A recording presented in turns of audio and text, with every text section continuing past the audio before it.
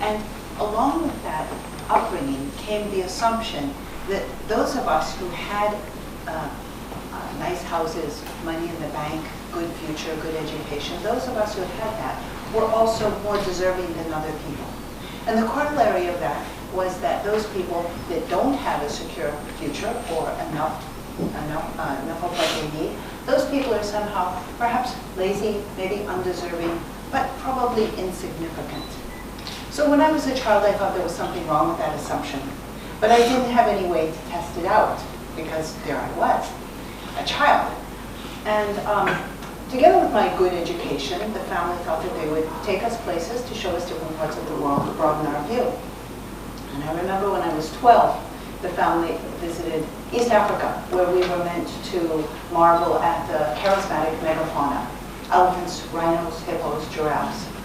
But at the same time, I happened to see some of the people there, and I saw people my own age, kids my own age, who had very different circumstances from me. And that was when I knew very clearly that I was not special. I just happened to be born into a different situation. So, 50 years on, okay, yeah.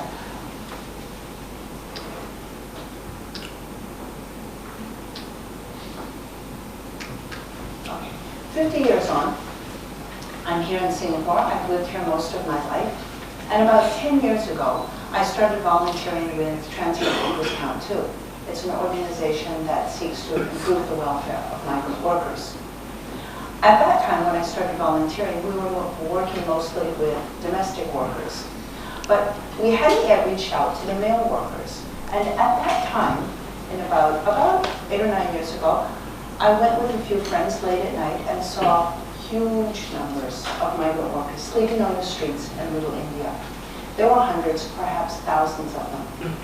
So I approached a group of them and said, I was thinking, there must be something that someone can do. So I approached them and said, what if we offered you breakfast right over there at that restaurant? They said, fine. I said, okay. Went over to the restaurant. They said, fine. So it was set up. So I started inviting them for breakfast.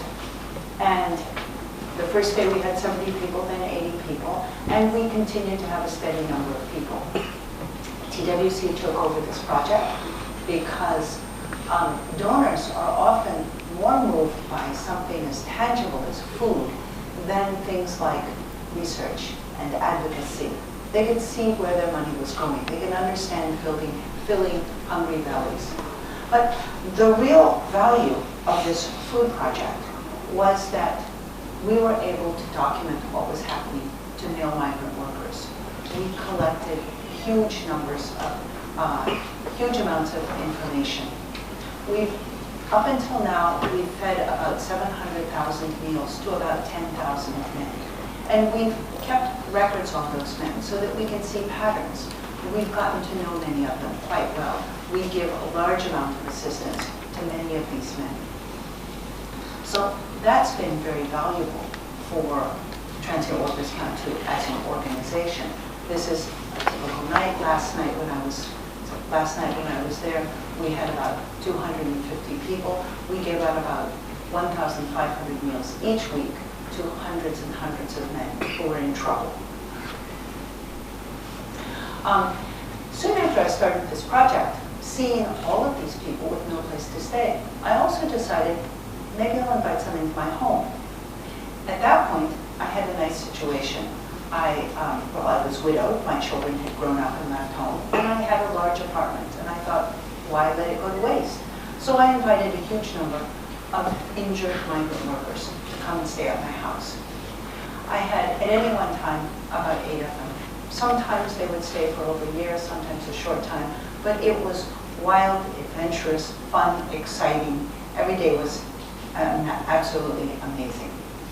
It really irritated my neighbors though, so I had a lot of trouble with that. And my own family thought that this was reckless, if not dangerous, but I didn't see that at all. Most of the men who came to my house were people from this food project.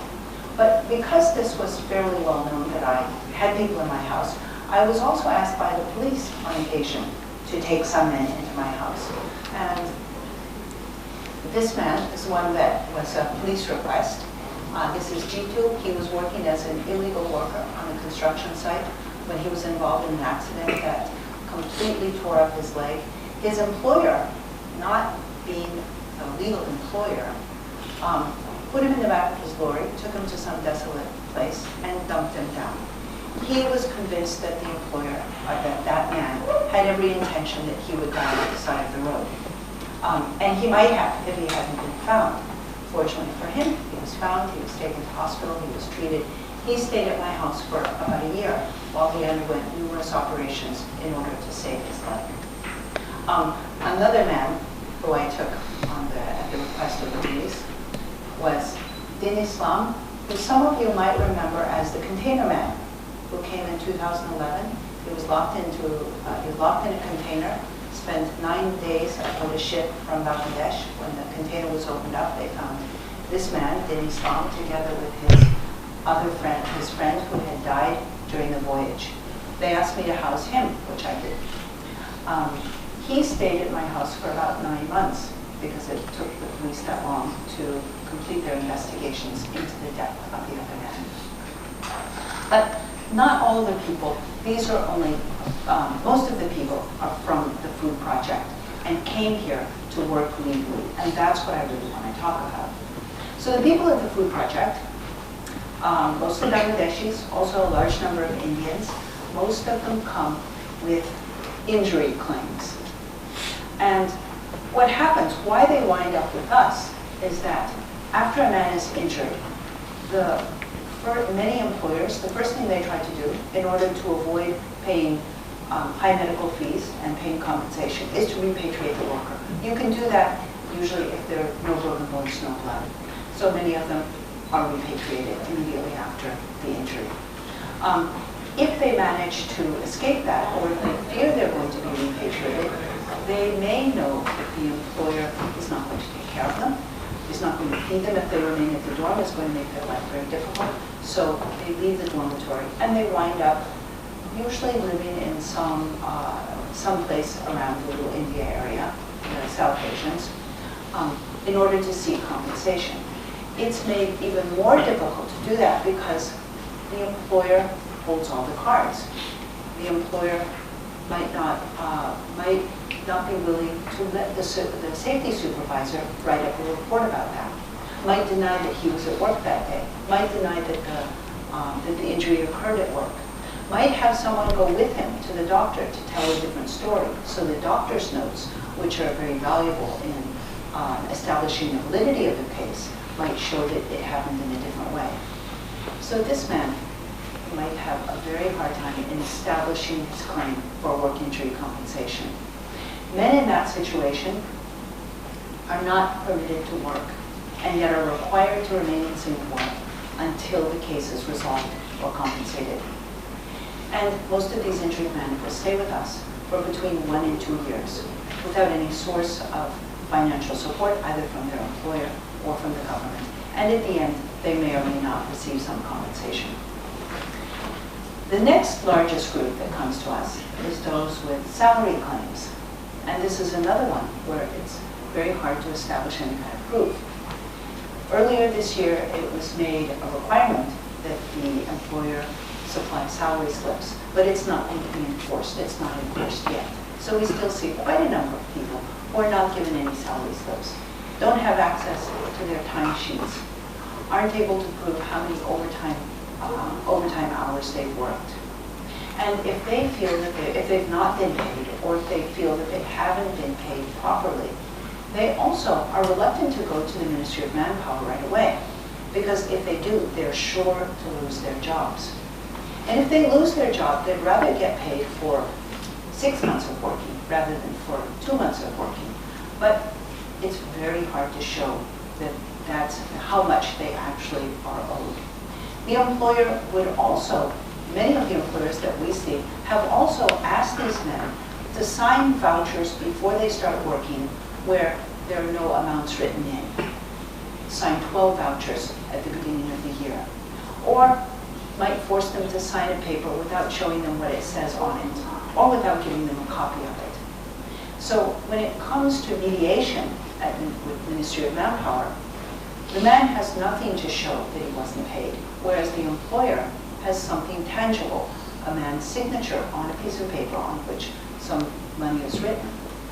So that with the salary cases, we find there's a very low chance of any sort of success in getting what the man feels he's owed. But why would a man sign a document that he can't read, that's not explained to him, that has amounts left out? That's all part of the recruitment process.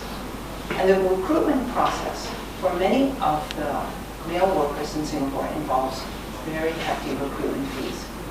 Most of the people that we deal with have paid between $10,000 and $15,000 for their first job here. And that money might be given to the training center, the recruitment agent, the boss here in Singapore, or one of the supervisors in the company. Being kept in debt, that debt is used as a tool of coercion to force the men to do whatever the employer asks them to do. Just yesterday, I was dealing with a man who had come to Singapore. He had paid $10,000 for the job, and his basic salary was $270 a month. There's nothing illegal about that because there's no minimum salary. But there was a deduction of $120 a month for housing, so that means that he would be left with $150 a month. At that rate, it would take him 8 years to pay off the recruitment fees. Did he know that when he started? I'm sure he didn't. He had no idea what the basic salary would be. He thought it would be a good job. But he wasn't even allowed to continue working because after working for 6 months, the employer forced him to sign a resignation paper. What I think is going to happen is the employer will then replace him with another worker who's bringing in another large amount of money. And this man will be sent back probably within the next few days. So that's typical of what we see all the time. So clearly the laws are not adequately protecting the men. And I should say, what brought me into this, what brought me to this kind of thing, is I think not one single step. I think that we don't engage in these kinds of things just on a whim, but often we make a series of decisions throughout our life which lead us to doing certain things. So as far as crossing the Rubicon, I don't see it as one great Rubicon, but as a series of smaller streams that I've done throughout my life that have enabled me to do this kind of thing and to stick with it. And for me, it's certainly been absolutely exciting, enjoyable.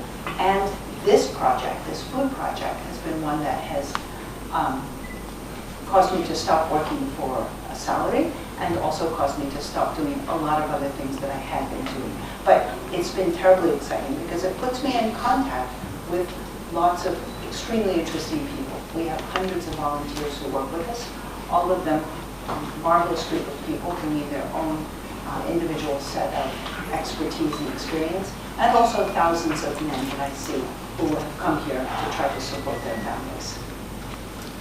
But clearly there's a problem with the laws here, and that the laws don't deliver what they're meant to. So the laws, there's the process has an inherent bias in it, a bias towards the employers rather than towards the workers. And there are numerous loopholes that the employers can find in order to cheat or exploit the workers. If the process is sound, it could be that there are conflicting objectives, or it's simply not enforced. Next slide.